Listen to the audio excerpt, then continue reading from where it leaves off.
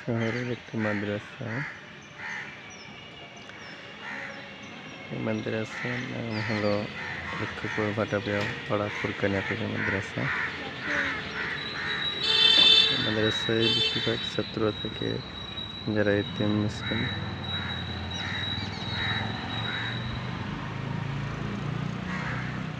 মূলত এলাকার মানুষের দান সদকার মাধ্যমে পরিচালিত হয়।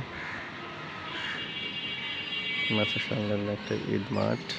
ঈদ মাঠের কর্নারে বিশ্বকাপ উপলক্ষে খেলা দেখানোর জন্য বড় প্যান্ডেল ব্যবস্থা করে রাখা হয়েছে। ঈদ মাঠে মূলত রাজশাহী লক্ষ্মীপুরের ভাটাপাড়ার ঈদ মাঠ। এখানে শুধু ঈদে দুটো নামাজ অনুষ্ঠিত হয়, বাদ বাকি সময় পড়েই থাকে। এলাকার বাচ্চারা, মাদ্রাসার বাচ্চারা এখানে প্রতিদিন খেলাধুলা করে থাকে। শহরে যে সমস্ত অঞ্চলে খেলার মাঠ নেই, এই সমস্ত অঞ্চলগুলোতে এই সমস্ত মাদ্রাসা বা ঈদ মাঠের গুলো বাচ্চাদের খেলাধুলার জন্য বিস্তৃত হয়ে থাকে। এখানে আমার ছেলে সকালে নিয়ে এসেছি, সে মাঠে খেলাধুলা করতেছে। বিকেলে সময় পাওয়া যায় না, তো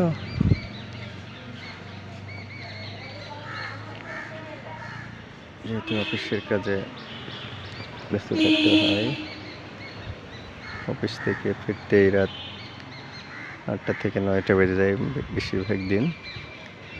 তাকে তো আর বিকেলে খেলানোর সুযোগ পাওয়া যায় না, তাই তাকে সকালে নিয়ে আসা হয়েছে খেলানোর উদ্দেশ্যে। যদিও সে একাকি খেলছে, অন্য কোনো বাচ্চা কাচ্চা নেই, কিন্তু এই মুহূর্তে অন্য বাচ্চা পাওয়াও যাবে না। একাই ওর মতো করে খেলাধুলা করছে। চারপাশের পরিবেশটা মোটামুটি পরিষ্কার পরিচ্ছন্ন।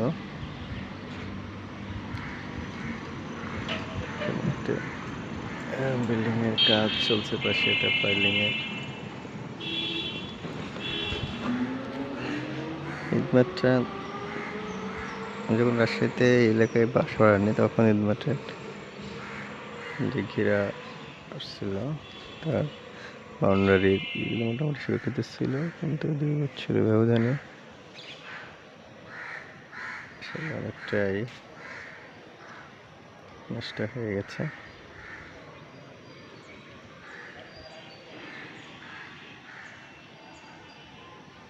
তাই মোটামুটি খারাপ না এলাকার পরিবেশটা, অনেক শান্ত। এই অঞ্চলের মানুষের মধ্যে চুরি ডাকাতির কোনো ইয়ে নেই। শহরে অনেক সময় নিরাপত্তাহীনতায় বোধ করতে হয়, কিন্তু এই জায়গাতে এই সমস্যাটা অনুভব করা যায় না। একটি বিষয় বলা যায়, সেটা হলো যে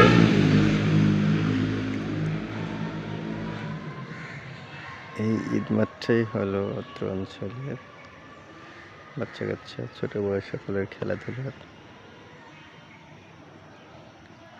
মূল মাঠ।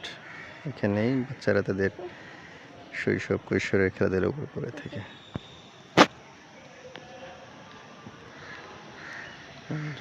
মোটামুটি পরিষ্কার পরিচ্ছন্ন গোছানো।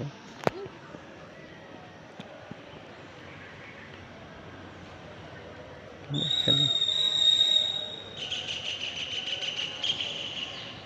পাখির শব্দ, কিচির মিচির সকালে ভালো লাগে শুনতে। কিন্তু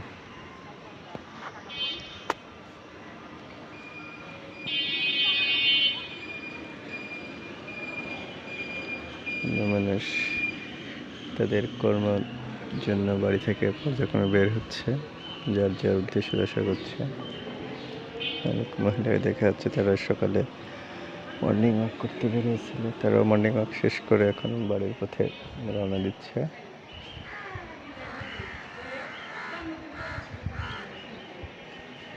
আকাশ মেঘলা রয়েছে, দীর্ঘদিন বৃষ্টি নেই, প্রচণ্ড গরম। মেঘলা আবহাওয়ার কারণে আরও আজকে বৃষ্টি হয় কিনা। সকালে এরকম মেঘলাই থেকে 10টার পর থেকে প্রচণ্ড রোদ বের হয়, তীব্র তাপদাহ চলে। হ্যাঁ, আরেকটা বিষয়, এই মাদ্রাসার পাশেই, এই পাশটা যে ওটা দেখছেন, ওদের পাশেই অত্র এলাকার একমাত্র কবরস্থান, যে এই মহল্লার মানুষ মিলে এক কবরস্থানে সবাইকে দাফন করে থাকে। এলাকায় যেমন তারা মিলেমিশে থাকে, কবরস্থানেও তারা পাশাপাশি বসবাস করে থাকে। এটাও কিন্তু একটা ভালো লাগা যে মৃত্যুর আগে বা মৃত্যুর পরে সবাই একই সঙ্গে থাকে। ধন্যবাদ, আজকে এই পর্যন্তই।